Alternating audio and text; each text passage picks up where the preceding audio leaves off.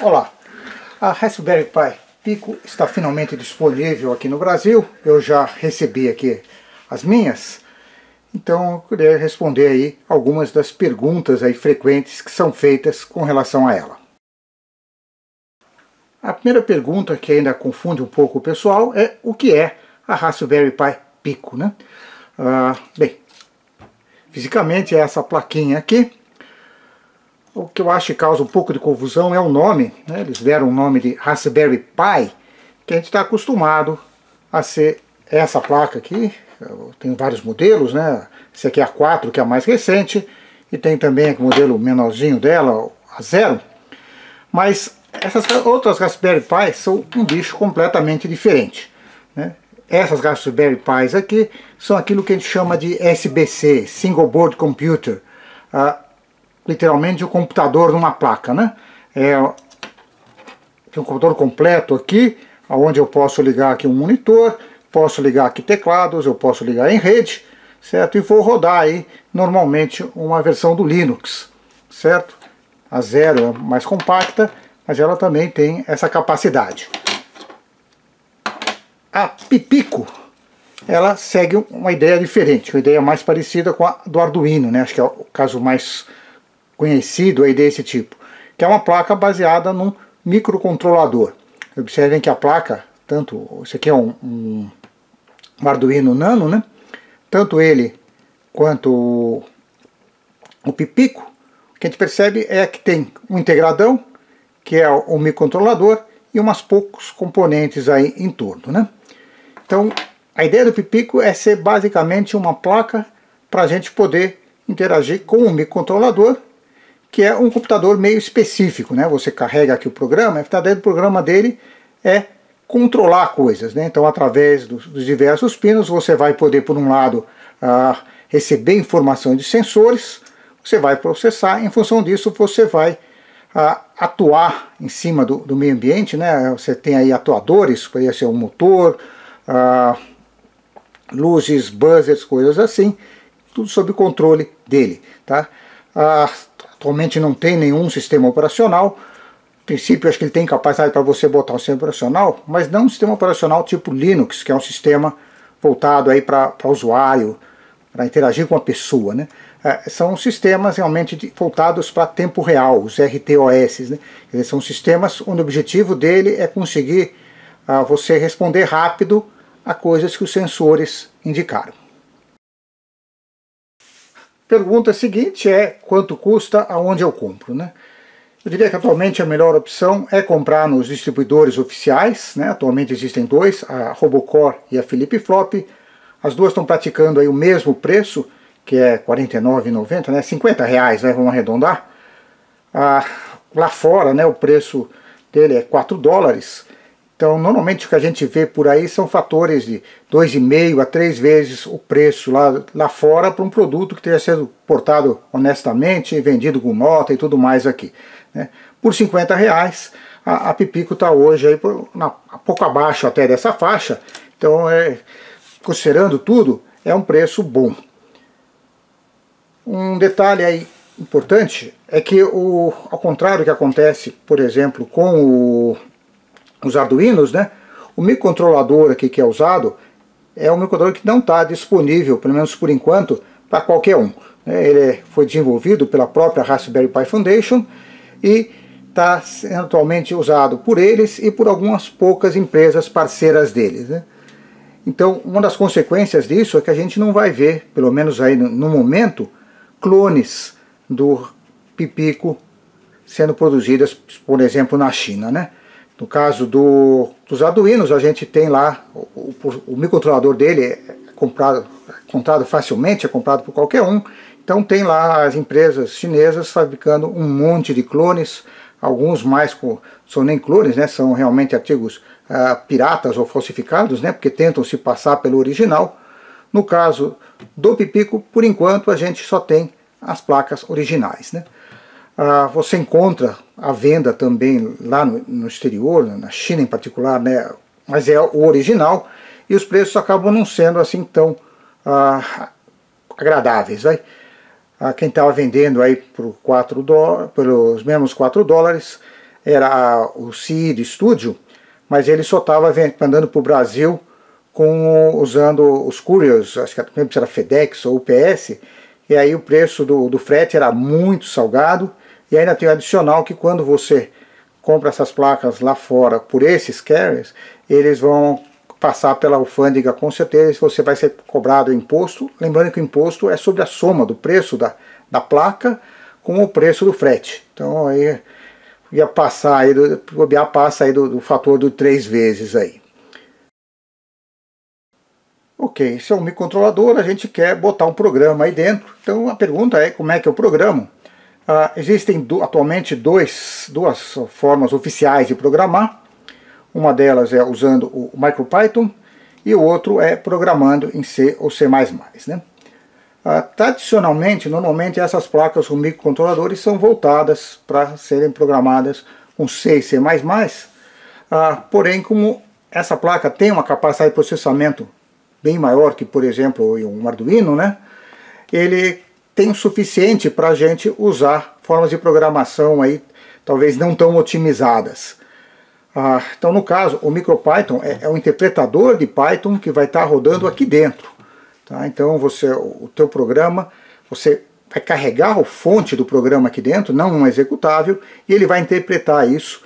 É um processo, obviamente, menos otimizado do que a gente programar aí em C e C++, porém, quer dizer, é uma programação bem mais fácil, certo? Você está programando uma linguagem mais amigável, aí, uma linguagem praticamente o Python.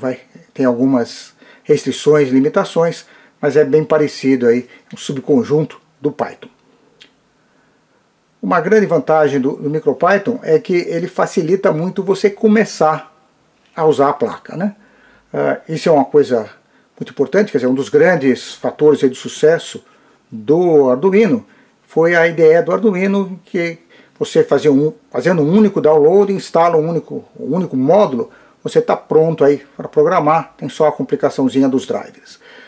Com o Pipico a gente tem esse problema de drivers, porque quando a gente liga ele no micro, mantendo esse botão aqui apertado, ele vai funcionar como se fosse um pendrive, vai aparecer uma unidade, no caso do Windows, né? E você arrastando um programa aqui para dentro, ele vai gravar esse programa na flash dele e executar. Então, para você usar o MicroPython, a primeira coisa que você vai fazer é baixar o interpretador do MicroPython, e usando esse processo aí de ligar apertando o botão, aparece como um drive, você arrasta para lá esse executável do MicroPython, e aí ele vai estar já com o MicroPython ponto. E a partir daí ele vai conversar ali pela USB com um programa para receber as instruções interpretadoras. Eu diria que o MicroPython na Pipico é mais ou menos como o Basic lá nos micros antigos, né? Que é um dos objetivos da Raspberry Pi Foundation, né? Então, você tendo um programa apropriado, você vai ter ali o prompt, você vai poder executar ali interativamente comandos MicroPython, você vai poder carregar um programa MicroPython, certo? Existem diversas ferramentas, né? O que a Raspberry Pi Foundation sugere é uma ferramenta um pouquinho mais simples, mas que é o suficiente para quem quer brincar. Então você, além de fazer o download do executável do MicroPython, você vai ter que fazer o download também dessa ferramenta, certo? Existem outras opções, é possível você usar o Visual Studio Code também para programar em MicroPython aqui. A outra opção é programar em C e C++. Hoje essa opção está um pouco complicada. Um pouco complicada quando a gente compara com, por exemplo, a ideia do Arduino, né, que é um download só, executou e aí está tudo tranquilo. No caso para desenvolver em C e C++ para o Pipico, a forma oficial atualmente é você instalar uma série de programas, fazer uma série de downloads, certo? E aí você vai usar o SDK da própria Raspberry Pi Foundation, certo? É uma biblioteca aí bastante completa, eu diria que é bem mais organizada do que a biblioteca as bibliotecas aí do Arduino, né? Mas é um conceito mais parecido com a programação de outros microcontroladores mais tradicionais, digamos assim, não coisa voltada assim para o hobbyista, não é assim tão amigável no momento, né? A própria Arduino está desenvolvendo uma placa usando esse microcontrolador, então já prometeu que alguma hora vai ter o suporte a esse microcontrolador na ideia do Arduino. Pelo visto vai demorar ainda algum tempo, mas alguma hora a gente vai poder programar em C e C++ de forma assim tão fácil quanto os outros chips aí suportados pela ideia do Arduino, podendo usar as bibliotecas do Arduino com as suas vantagens e suas desvantagens, né? As bibliotecas do Arduino, eu pessoalmente acho que tem muita variação de qualidade, algumas são boas, outras são realmente ruins, não tem muita consistência entre elas, mas a grande vantagem é que tem uma quantidade imensa, praticamente tudo que você possa imaginar, alguém já escreveu uma biblioteca para suportar. Pergunta seguinte aí com relação ao Pipico é o que eu faço com ele, né? Eu diria que, de uma forma assim sucinta, tudo aquilo que você pode fazer hoje com o Arduino, você vai conseguir fazer com a Pipico. Ele tem basicamente os mesmos recursos. Tem um detalhe de que os Arduinos aí mais tradicionais, né, que nem o Nano e o Uno, eles trabalham com 5 volts, o Pipico trabalha com 3,3, então eventualmente você tem que cuidar dessas diferenças aí de nível de tensão, mas ele é capaz de fazer tudo e mais um pouco. Então, em princípio, eventualmente acrescentando aí um pouquinho mais de hardware para fazer a conversão aí do nível do sinal, fazendo, é claro, esse é o mais complicado, o ajuste aí do software, porque as bibliotecas do Arduino hoje não estão disponíveis para ele. Você poderia substituir em qualquer projeto aí feito atualmente com os Arduinos, substituir pelo Pipico. Tá? Então vou mostrar alguns exemplos, alguns projetos meus feitos usando aí o Arduino ou usando os ATmegas ou ATtines e que poderiam sim ser feitos com o Pipico.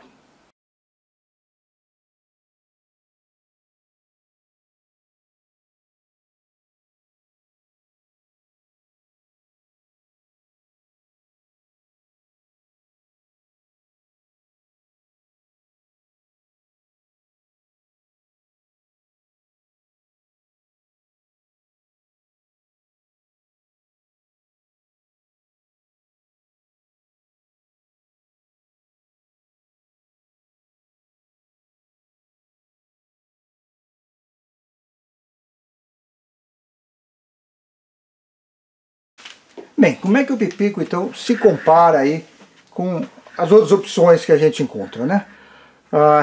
É claro que você levar em conta que o Pipico está aí no começo, né? Tem só um mês aí de vida. Então, por exemplo, em volume de informações, em volume de bibliotecas e hardwares complementares, ainda está baixo, né? Mas vamos lá. A primeira coisa aí que o pessoal de vez em quando insiste em comparar é comparar o Pipico com o Raspberry Pi Zero. Certamente você fala, o Pipico é pequeno, bem, comparado com uma Raspberry Pi grande, realmente ele é pequeno, né? Mas que nem eu disse no começo, não é uma comparação assim apropriada, visto que são duas coisas com objetivos completamente diferentes, com capacidades de hardware completamente diferentes, né?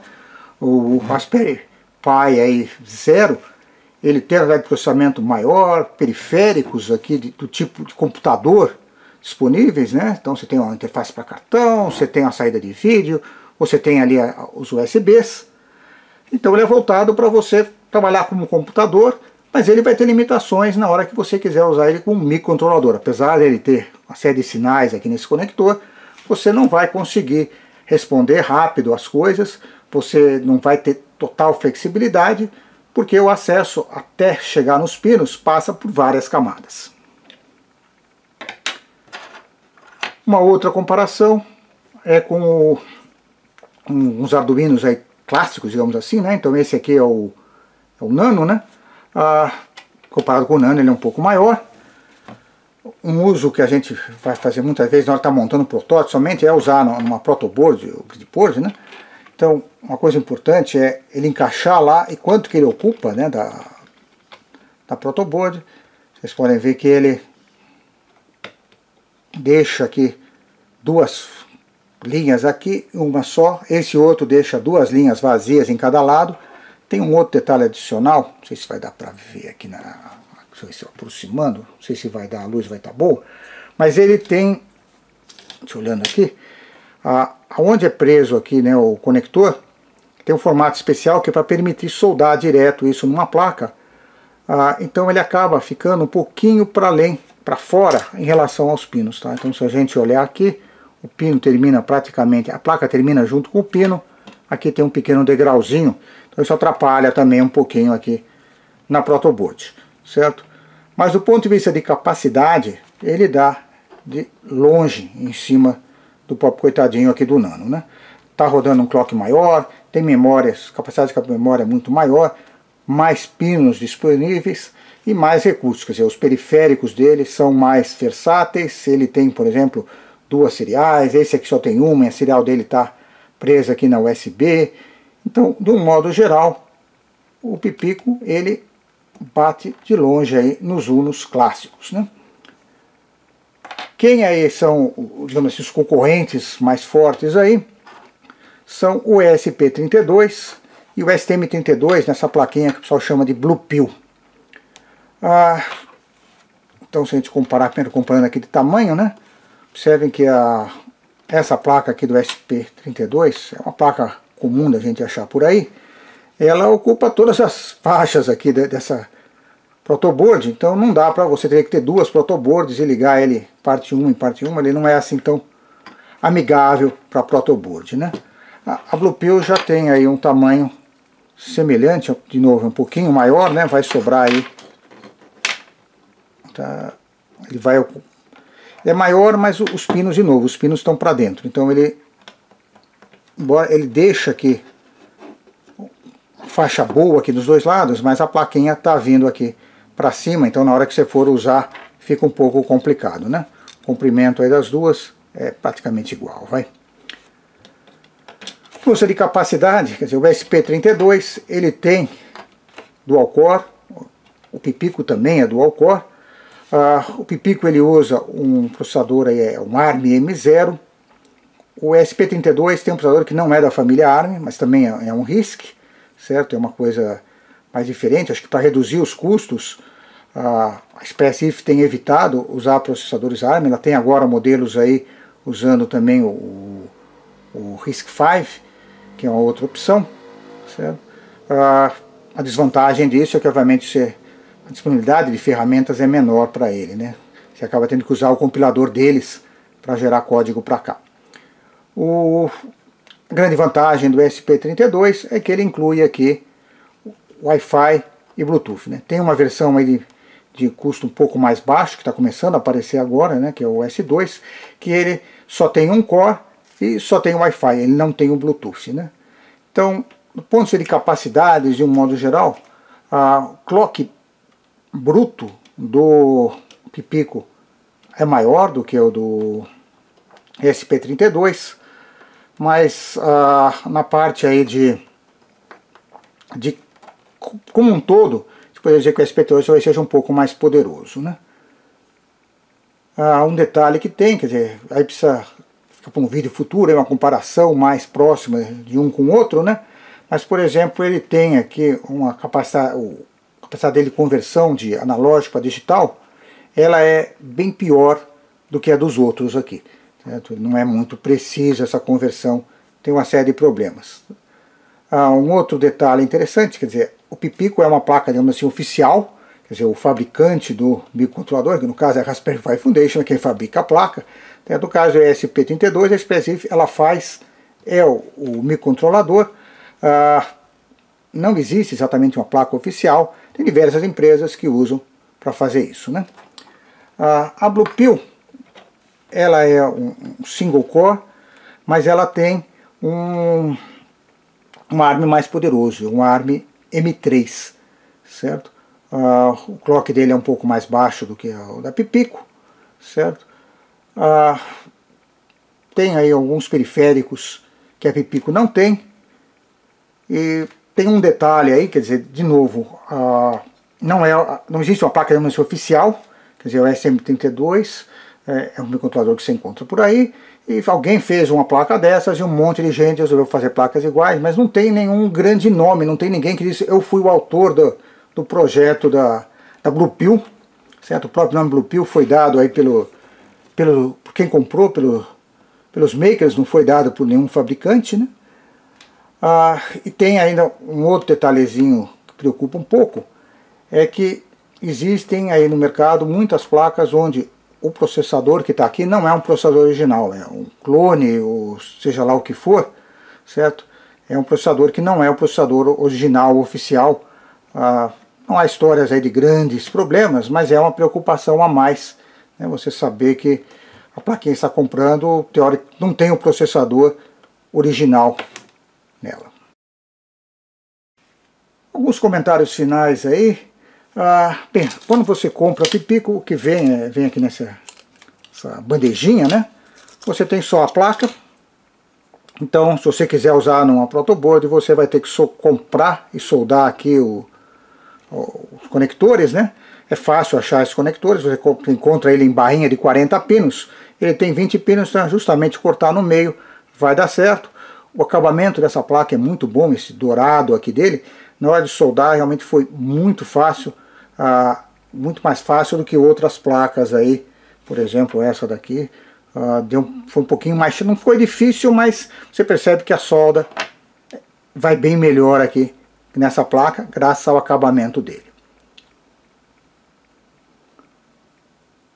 Existem já algumas críticas a Pipico.